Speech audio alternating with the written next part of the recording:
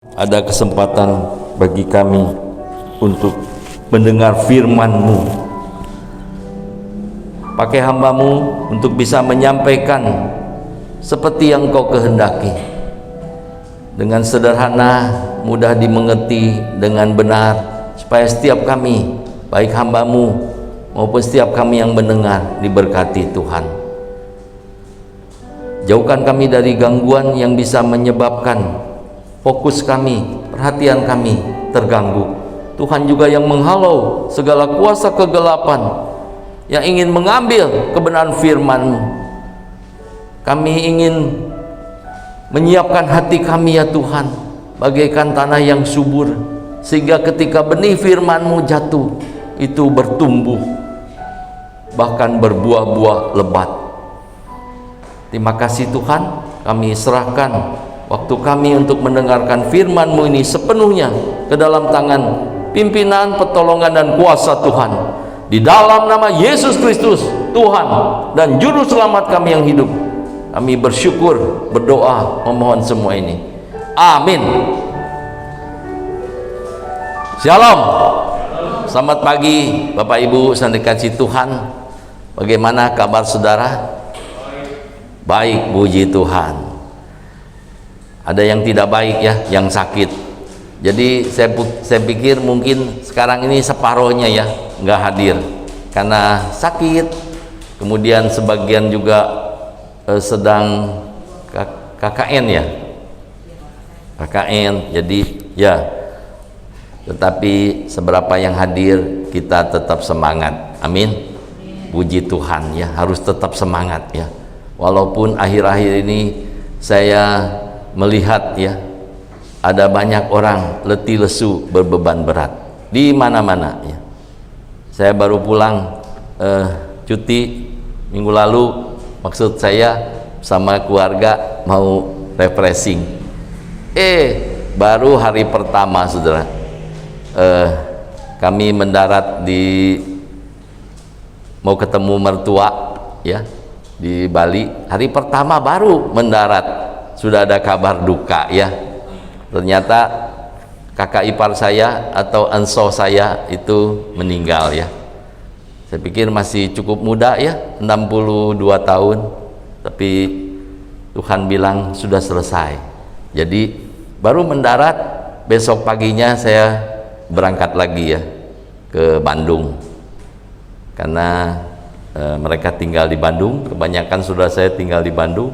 Jadi 4 hari saya di sana ya, dari ibadah penghiburan sampai tutup peti, kemudian dikuburkan ya. Sesudah itu saya diminta tinggal 1 hari lagi sesudah penguburan, supaya saya bicara banyak firman Tuhan ya. Ada banyak keponakan, adik, kakak semua, saya rasa rindu, haus ya dengar firman Tuhan ya. Saya pikir kesempatan yang baik juga ya. Jadi sepanjang hari saya terus berjam-jam bicara, menjelaskan tentang kebenaran firman Tuhan. Saudara, ada banyak orang yang rindu datang kepada Tuhan ya. Di mana-mana saya melihat ada banyak orang yang rindu datang kepada Tuhan, tetapi pertanyaannya, apakah ketika mau datang kepada Tuhan siap tidak membayar harga ya? Itu pertanyaan penting saudara. Pagi ini firman Tuhan sesuai dengan tema dari pusat, diberi judul menjadi murid Kristus. Menjadi murid Kristus. Firman Tuhan yang mendasari ini adalah Lukas 14 ayat 25 sampai 35. Mari kita membaca firman Tuhan ini, Lukas 14 ayat 25 sampai 35. Saya akan membacakannya. Bapak Ibu saudara sekalian bisa sama-sama memperhatikannya. Demikian firman Tuhan. Pada suatu kali banyak orang berduyun-duyun mengikuti Yesus dalam perjalanannya. Sambil berpaling, ia berkata kepada mereka, "Jikalau seorang datang kepadaku dan ia tidak membenci bapaknya, ibunya, istrinya, anak-anaknya, saudara-saudaranya laki-laki atau perempuan, bahkan nyawanya sendiri, ia tidak dapat menjadi muridku. Barang siapa tidak memikul salibnya dan mengikut aku, ia tidak dapat menjadi muridku. Sebab siapakah di antara kamu yang kalau mau mendirikan sebuah menara tidak duduk dahulu membuat anggaran biayanya, kalau cukup uangnya untuk menyelesaikan pekerjaan itu, supaya jikalau ia sudah meletakkan dasarnya dan tidak dapat menyelesaikannya, jangan-jangan semua orang yang melihatnya mengejek dia sambil berkata, orang itu mulai mendirikan tetapi ia tidak sanggup menyelesaikannya.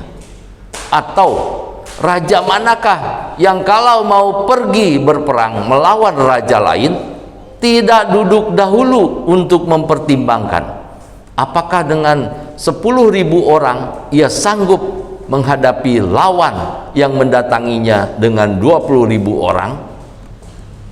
Jikalau tidak, ia akan mengirim utusan selama musuh itu masih jauh untuk menanyakan syarat-syarat perdamaian.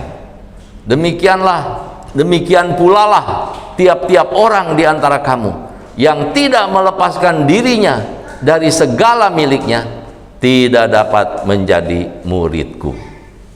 Garam memang baik, tetapi jika garam juga menjadi tawar, dengan apakah ia diasinkan?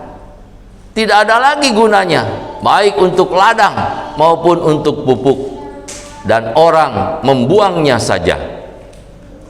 Siapa mempunyai telinga untuk mendengar, hendaklah ia mendengar. Bapak Ibu, saudara dikasihi Tuhan, seringkali Tuhan Yesus ketika mengajar itu menyampaikan pengajarannya secara paradoks ya. Paradoks itu artinya seolah-olah berlawanan ya, berlawanan dengan prinsip-prinsip yang ada ya. Tuhan Yesus dengan tegas mengatakan ya, barang siapa mau datang kepadaku ya, jikalau ia tidak membenci ibunya, istrinya ya, di situ ada banyak daftar ya, ibunya, istrinya, anak-anaknya, saudara-saudaranya laki-laki atau perempuan, bahkan nyawanya sendiri, ia tidak dapat menjadi muridku. Bapak Ibu, dalam pemikiran orang Yahudi atau orang Israel di zaman dulu ya, di zaman PL dan kemudian zaman Tuhan Yesus, menjadi murid seseorang itu berarti mengikuti seseorang atau berjalan di belakang seseorang ya. Saudara, berjalan di belakang seseorang itu bukan berarti seperti ekor ya, kemana ikut. Memang secara lahiriah seperti itu ya, murid itu ya berjalan di belakang gurunya, tetapi ada pengertian yang lebih mendalam. Menjadi murid seseorang atau mengikuti seseorang itu punya arti mengiringi ya, mengiringi, mentaati, mencintai, menyerahkan diri dan mengabdikan diri ya. Jadi kalau seseorang memutuskan ya, saya mau mengikut orang ini atau saya mau mengikut guru ini ya, itu artinya dia sudah mengenal ya, sudah mengenal siapa yang mau diikuti dan apa yang menyebabkan dia mau ikut. Nah, itu dia sudah memikirkan ya, karena menjadi murid atau pengikut seseorang itu artinya bukan hanya secara teori ya, tetapi artinya dia mau mengiringi, menaati, mencintai, menyerahkan diri dan bahkan mengabdikan dirinya bagi orang yang diikuti itu ya. Di dalam perjanjian lama banyak contoh-contoh ya, misalnya seperti Nabi Elisa mengikut Nabi Elia ya, Nabi Elia menjadi pengiringnya dan kemudian mengabdikan hidupnya ya. Kemudian ada Naomi ya, yang diikuti oleh menantunya.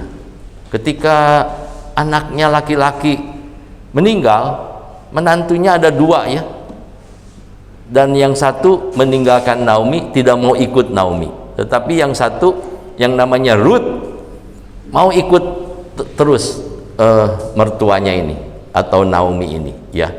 Bahkan dia mengatakan, Allahmu lah Allahku ya, kemanapun kamu pergi aku ikut ya. Jadi mengiringi, menaati, mencintai dan mengabdikan diri ya. Ada banyak contoh-contoh lain, tetapi itulah yang ada di dalam pikiran orang-orang Yahudi pada masa itu ya. Jadi kalau seseorang memutuskan saya mau mengikuti guru ini ya, artinya dia sudah siap seperti itu ya. Nah, ketika orang banyak mengikuti Tuhan Yesus ya, berbondong-bondong, berduyun-duyun, itu maunya apa ya? Maunya apa ya? Mungkin mereka tertarik karena Tuhan Yesus itu tokoh yang terkenal, guru yang terkenal, bukan hanya terkenal karena pengajarannya penuh dengan kuasa, tetapi semua pelayanannya juga disertai dengan kuasa Allah ya. Bagaimana mereka menyaksikan yang buta melihat, yang bisu berkata-kata, yang lumpuh berjalan, yang sakit kusta ditahirkan.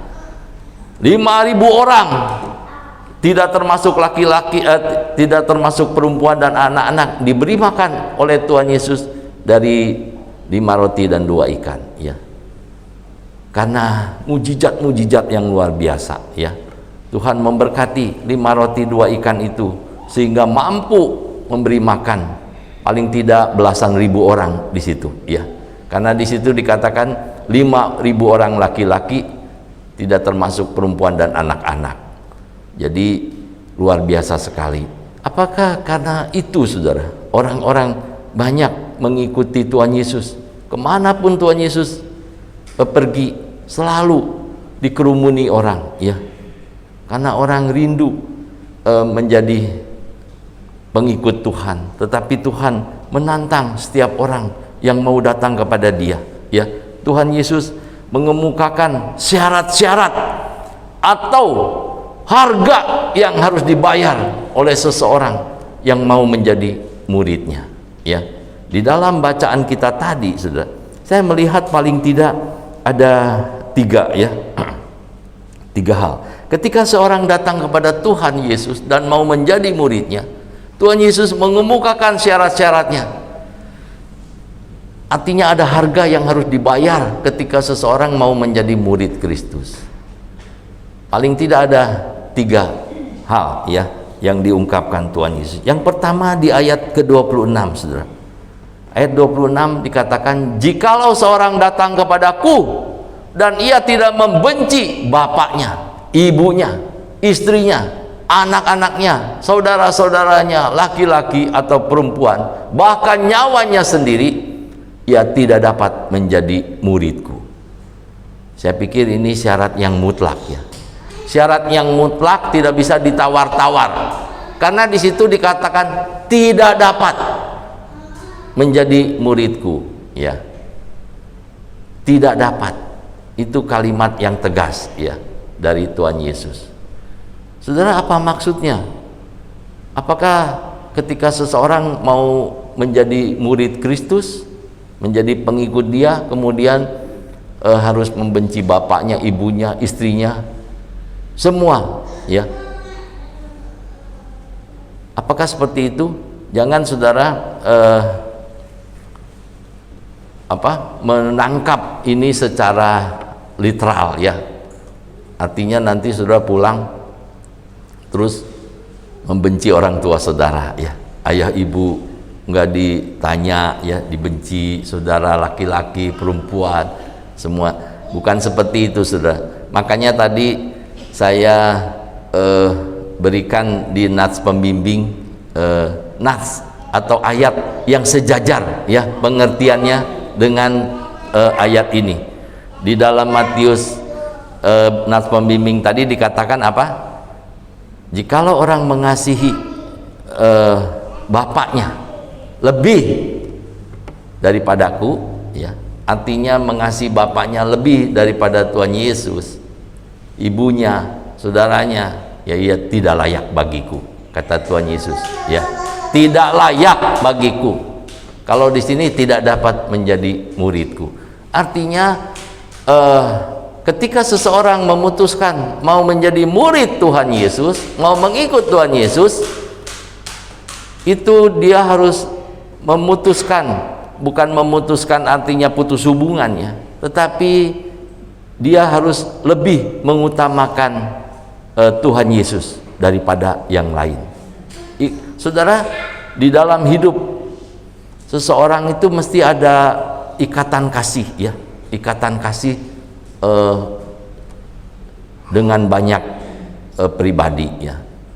Misalnya mengasihi orang tua, mengasihi saudara, ya, adik kakak, atau mengasihi family, ya, atau teman dan lain-lain. Ada hubungan-hubungan yang dikatakan jalinan atau ikatan kasih, ya. Nah, ikatan kasih itu semua harus kalau menjadi penghalang, ya, untuk menjadi murid Kristus atau mengasihi Tuhan Yesus dengan sepenuh hati, itu harus didahulukan Tuhan Yesus, ya, Tuhan Yesus. Makanya Tuhan Yesus dengan ekstrim mengatakan, kalau orang datang kepadaku, ya tidak membenci bapaknya, ibunya, istrinya, anak-anaknya, saudaranya laki-laki atau perempuan, bahkan nyawanya sendiri, ya, ia tidak dapat menjadi muridku. Saudara, nilai yang mungkin paling tinggi di dalam hidup seseorang itu ya nyawanya sendiri, ya, nyawanya sendiri. Karena semua orang pasti menyayangi nyawanya sendiri, ya, daripada yang lain, ya, termasuk keluarga, termasuk saudara, pasti nyawa sendiri itu dipertahankan lebih dari yang lainnya. Nah, Tuhan Yesus juga menuntut sampai ke situ, ya. Tuhan Yesus menuntut sampai ke nilai yang tertinggi dari seseorang. Kalau mau menjadi murid Tuhan Yesus, nyawa sendiri pun harus dibenci, ya. Dibenci itu dalam arti tidak bisa dipertahankan, sehingga tidak bisa menjadi murid Kristus, ya. Saudara, mungkin akan lebih jelas, ya, contoh, kalau ada contoh-contoh. Sebenarnya di dunia ini banyak sekali contoh, ya. Ketika orang mau mengikut Tuhan Yesus, ya, mereka itu kalau zaman dulu dikucilkan, ya. Sudah ingat ada seorang buta yang buta sejak lahir, ketika mau mengikut Tuhan Yesus, ya, mereka dikucilkan, ya, termasuk orang tuanya juga menjadi takut sehingga tidak mau mengakui Tuhan Yesus, ya. Tanya aja ke anaknya sendiri, karena dia sudah dewasa. Orang tuanya mengatakan seperti itu karena takut dikucilkan, ya, dikucilkan, dibenci atau tidak disukai, ya. Nah, itu saudara bisa baca di Yohanes 9, ya. Nanti di rumah dicari. Saudara, memang Tuhan Yesus sudah mengatakan, dunia membenci aku, ya. Kalau kamu mengikut aku, jangan heran kalau dunia juga membenci kamu, ya. Saudara, Tuhan menantang setiap orang yang mau menjadi muridnya, bahwa dia harus mengutamakan kasih hubungan dengan Tuhan Yesus paling utama, ya. Ada banyak contoh orang-orang yang mau mengikut Tuhan Yesus, dia dibenci oleh keluarganya. Bukan hanya dibenci, saudara, dia dianiaya, bahkan dibunuh, saudara. Tetapi ketika seseorang memutuskan mau menjadi murid Kristus, mengikut dia harus berani, ya. Ini tantangan iman, percaya atau pengabdian diri kepada Tuhan sepenuhnya.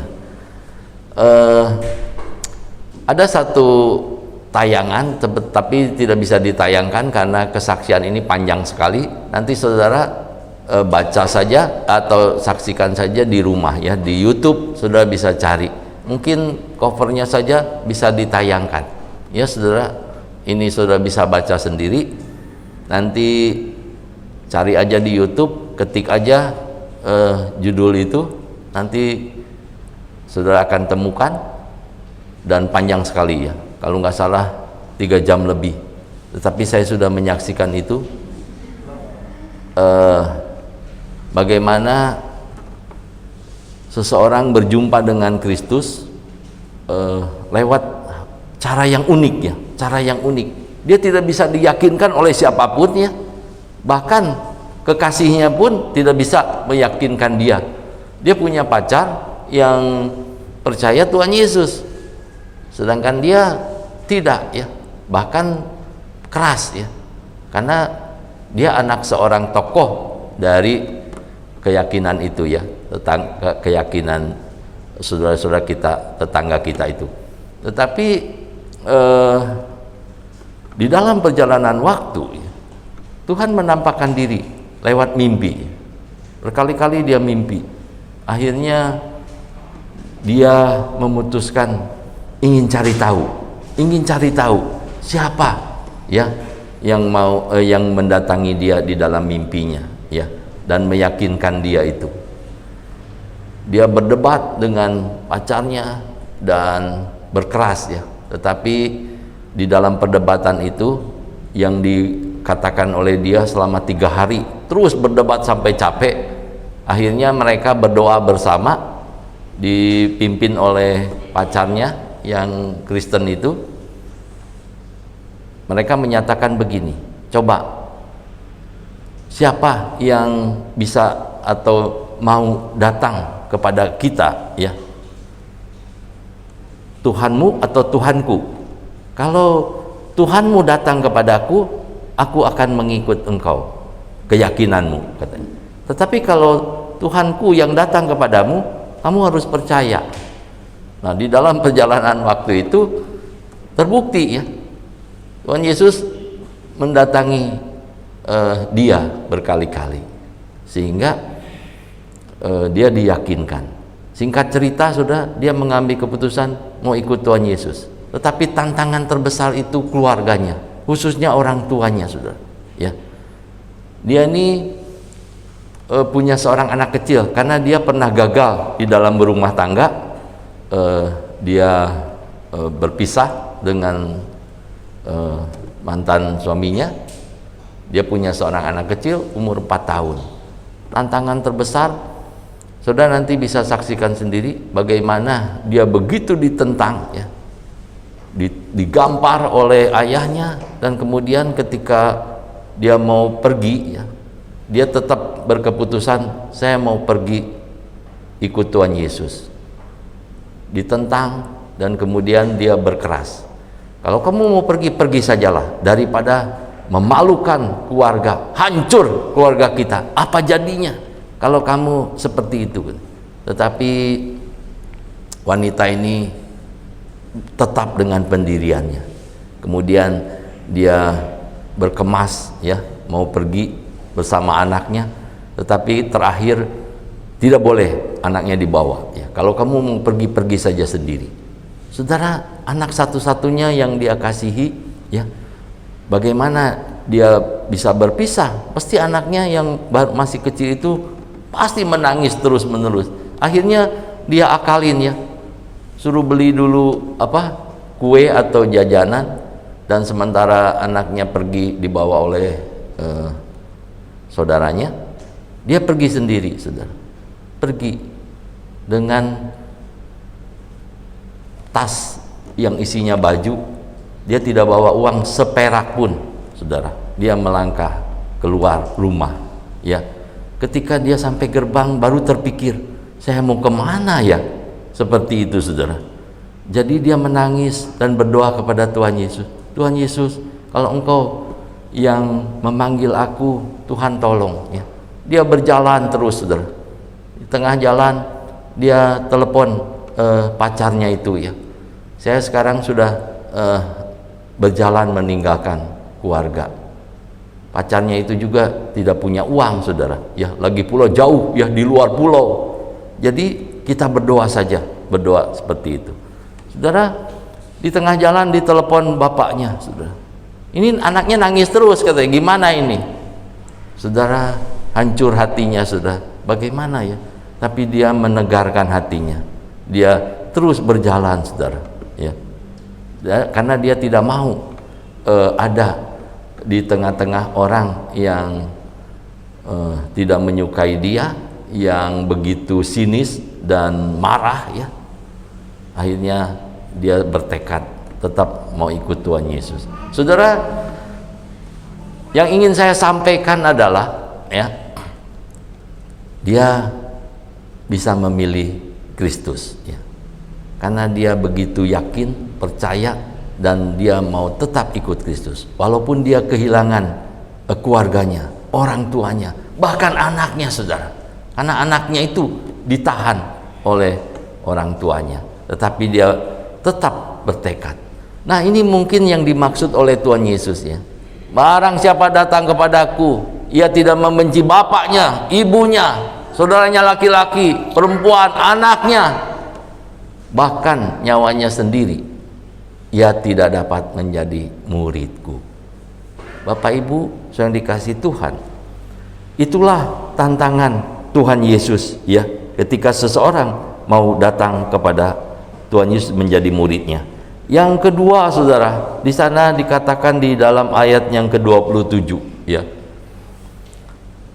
Barang siapa tidak memikul salibnya dan mengikut aku, kembali Tuhan Yesus mengatakan, ia tidak dapat. Bukan, ya, bolehlah, ya, enggak, Tuhan Yesus tidak mengatakan begitu, tetapi dengan tegas, tidak dapat menjadi muridku. Barang siapa tidak memikul salibnya dan mengikut aku, ya. Mengikut aku itu pengertiannya tadi, ya, mengiringi, mentaati, mengabdikan hidup, mencintai, ya, mencintai orang yang diikutinya atau pribadi yang diikutinya. Saudara, kalau tidak seperti itu, tidak dapat menjadi muridku. Ada salib, saudara. Setiap orang berbeda salibnya, ya. Mungkin kesaksian tadi dari perempuan tadi, salibnya seperti itu, ya. Tetapi setiap orang berbeda-beda, ya, berbeda-beda. Jadi ada penderitaan. Salib itu lambang, kalau di dalam kekristenan, salib itu lambang penderitaan, lambang kematian, ya. Tuhan Yesus sudah memikul salibnya menuju Golgota, ya.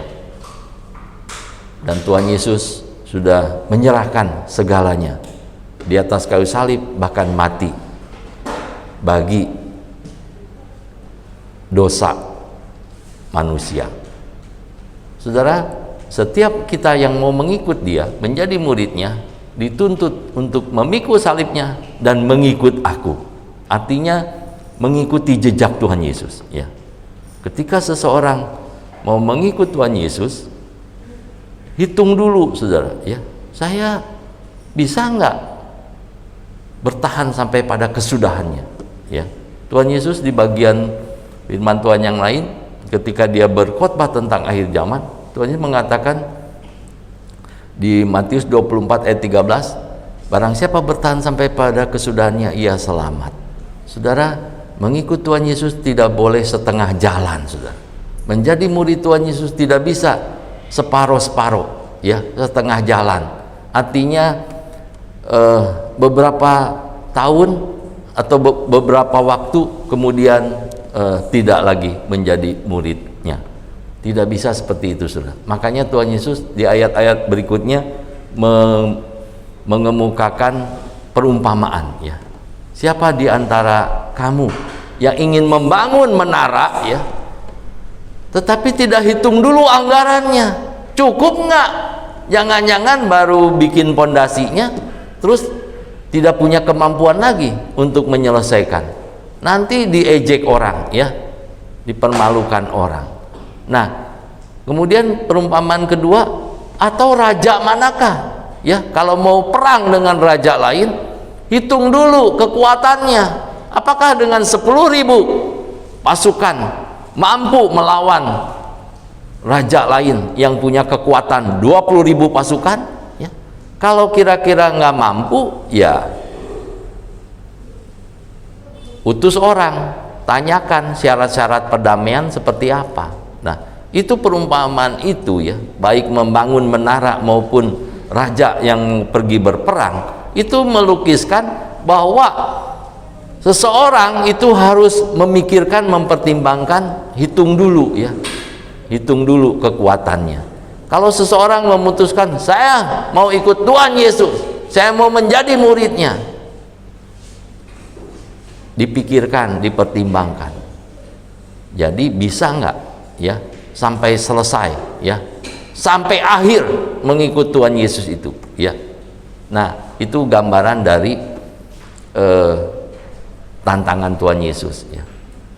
Barang siapa tidak memikul salibnya dan mengikut aku, ia tidak dapat menjadi muridku. Memikul salib itu ada penderitaan-penderitaan, saudara. Mungkin saudara dibenci orang, atau mungkin saudara dianiaya, atau mungkin saudara karena mempertahankan iman ya, saudara mengalami berbagai kesulitan. Saudara, ada banyak orang gara-gara mempertahankan imannya ya, dia mengalami berbagai penderitaan ya. Dia bisa didiskriminasi ya, bisa kehilangan hak-haknya ya, dan sebagainya. Ada penderitaan.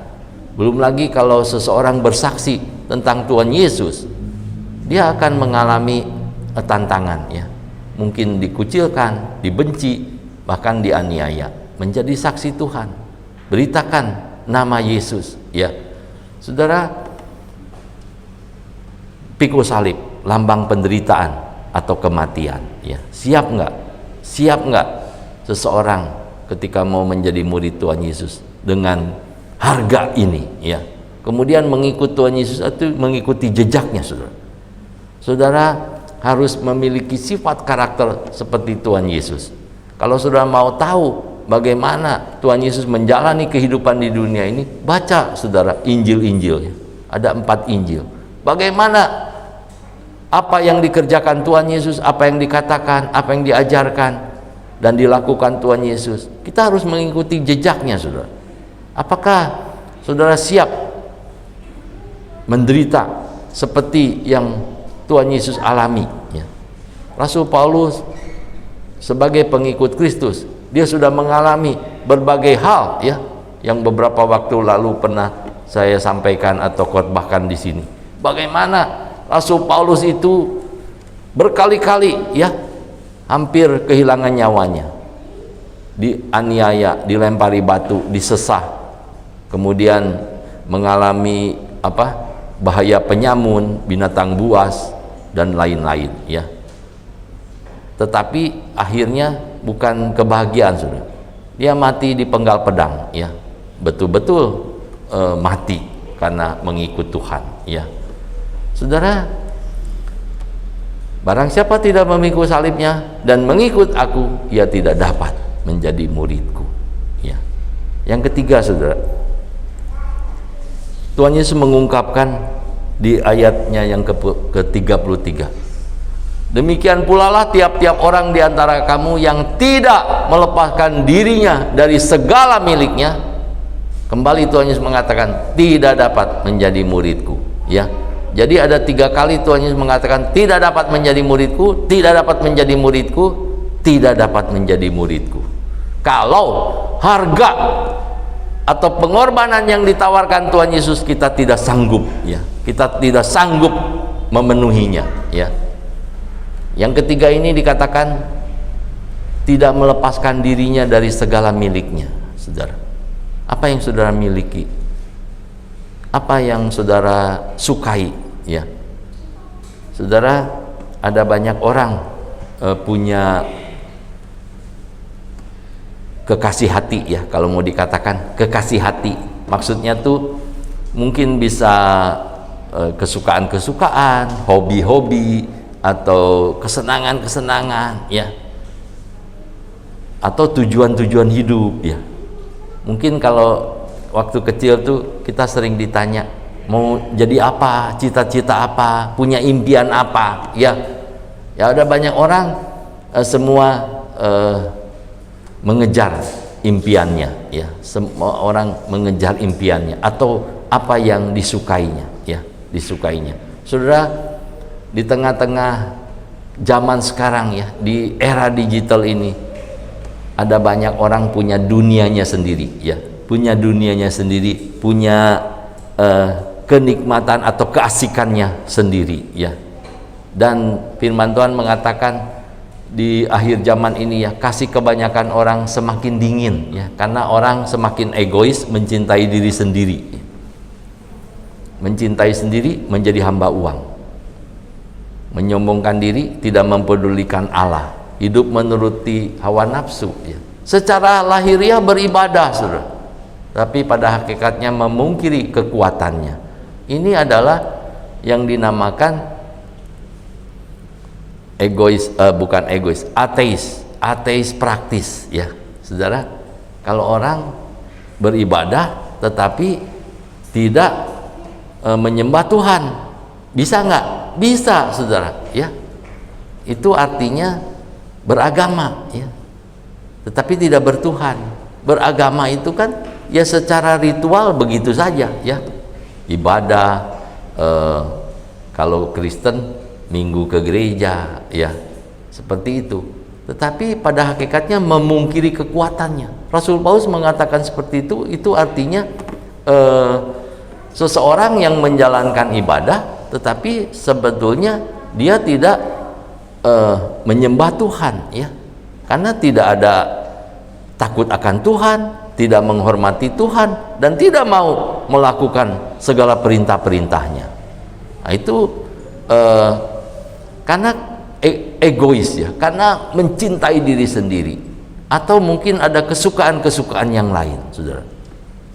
Ada sesuatu milik yang dipertahankan sedemikian rupa, saudara, ya, mungkin itu harta kekayaan, kekuasaan, kedudukan, atau karir, dan lain-lain. Sudah dipertahankan sedemikian rupa sehingga tidak bisa menjadi murid Tuhan Yesus yang sejati, saudara. Inilah tantangan Tuhan Yesus, saudara. Tiap-tiap orang di antara kamu yang tidak melepaskan dirinya dari segala miliknya tidak dapat menjadi muridku. Saudara, ada banyak orang mau mengikut Tuhan Yesus tetapi tidak sanggup membayar harganya, saudara. Tidak sanggup karena ada sesuatu yang dipertahankan, ya. Ketika saya mau menyerahkan hidup, ya, saya mengatakan kepada diri sendiri dan kepada Tuhan, saya mau menjadi murid Kristus, saya mau mengabdikan hidup untuk Tuhan, ya, saya harus melepaskan banyak hal, ya. Segala sesuatu harus dilepaskan, saudara. Ada keluarga yang gak setuju, saya abaikan, saudara. Saya abaikan, ya. Saya berpikir sudah nekat, ya, boleh dikatakan nekat waktu itu, ya. Saya pikir mau dibenci, ya, mau dijauhi teman-teman dekat, mau apapun, saya ikut Tuhan Yesus, ya.